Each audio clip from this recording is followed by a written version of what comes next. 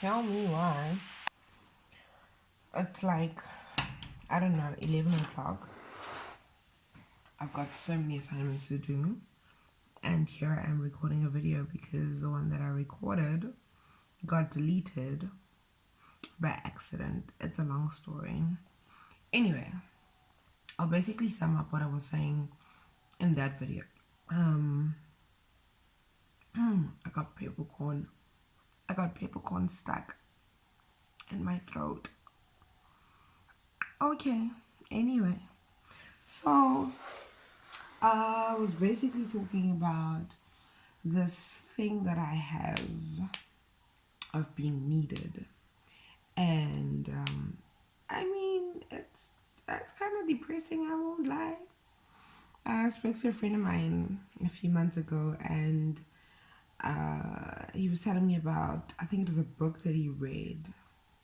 Don't quote me on this, maybe like a Joel Osteen or Joyce Meyer or something like that, where in it describes that a woman, a lot of the time in her childhood, like early teenagehood, will have something happen to them. Maybe, they date the wrong boy, or they get called the names, all the names, the B word, the S word, the C word, the whatever word. And they kind of internalize that and don't find an outlet, and it traumatizes them to the point where they don't want to be wanted. Maybe they were looked at sexually too early and didn't know how to comprehend that. Maybe, whatever happens. And for me, it is probably my boobs getting real big, real young, and how everyone kind of sexualized me when I wasn't ready for it, and I didn't know how to take it, and I didn't know who to turn to for that. And so that brings you to a stage in your life where you subconsciously try so hard to not be wanted, because you equate that to discomfort about your sexuality, that you tend to like the idea of being needed more. The problem is you become so, what's the word? Good at it. You perfect it. And then you kind of get addicted to it. And then you lose yourself and you make that your identity. And so it happens that, okay, cool, this is now who you are, and you get into a relationship. And this conversation started with my sister and I talking, and I told her, like, I recently broke up with this guy, and for a lot of the time that we spent together, I really felt like he needed me. And he would say, like, I need you to do this, I need you to do that, I don't know what I'd do without you, whatever. And I felt so comfortable because I'm good at being needed. I'm good at organizing, I'm good at fixing things, I'm good at damage control, I'm good at, all the things. And before that, I dated this one guy who kind of had his stuff together. He had a job, he worked out regularly, he was spiritually sound, there was nothing he needed from me. And I didn't know who I was in that relationship. Ma'am, when I tell you I was just out here, I had no idea what my contribution to his life would be. And that's kind of how my pattern of relationships has been, is that I find the brokenness in you, and I dedicate my life. I dedicate my entire life to making that okay. And what I didn't realize until that conversation was that so often I get so caught up in fixing the person and whatnot, that by the time I feel like they're healed and we've worked through their issues, whether it's mommy issues, daddy issues, trust issues, whatever the things, I lose interest. I'm so, right, I'm good. Like a lot of women, I think, get out of the relationship before it's actually over. So I'm one of those. And it usually happens around the time when I feel like my job is done. And then I don't know who I am in your life anymore.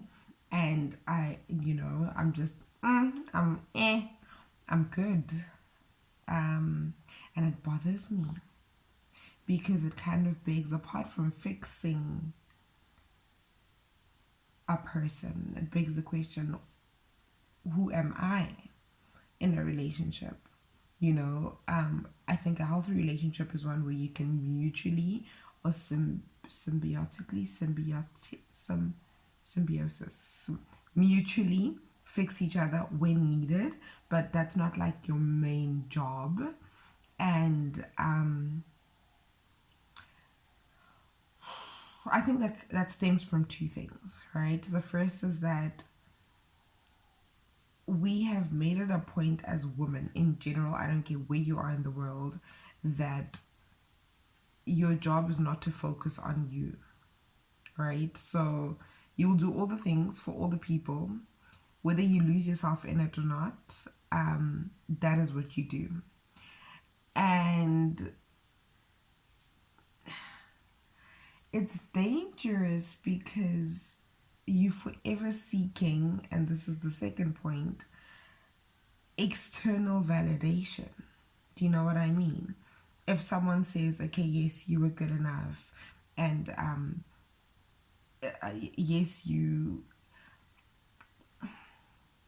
need someone to say you were good enough to know that you were good enough.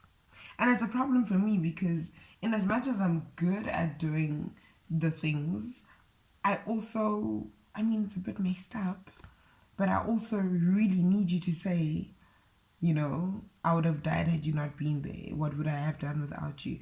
It's a messed up thing, honestly. It's a messed up mentality, but it is what it is. And I'm now working on internal validation and being okay and at peace, knowing that being, existing, living as me is enough. It's not even a thing of like the way I look or how what I contribute to people or whatever. Just me and my existence in the things that I do, in with every step I take, walking with the grace of knowing that, you know what, I am enough, I'm doing enough, and I don't need to be needed. It's the most difficult thing, I swear. I didn't even think this was a problem until I started assessing my past relationships. And as I said, I recorded this, and technical problems occurred. But I think I'm slowly but surely getting there. Every now and again, your girl wants a compliment or attention or whatever. But I am learning to find that within me. And I wanted to make this video just because I think so many women can relate and have normalized that state of mind, and I think it's unhealthy. And yeah, I just wanted to open up the platform and open a discussion. I know I'm not the only one that feels this way, and those are just, my random thoughts today. Enjoy your day.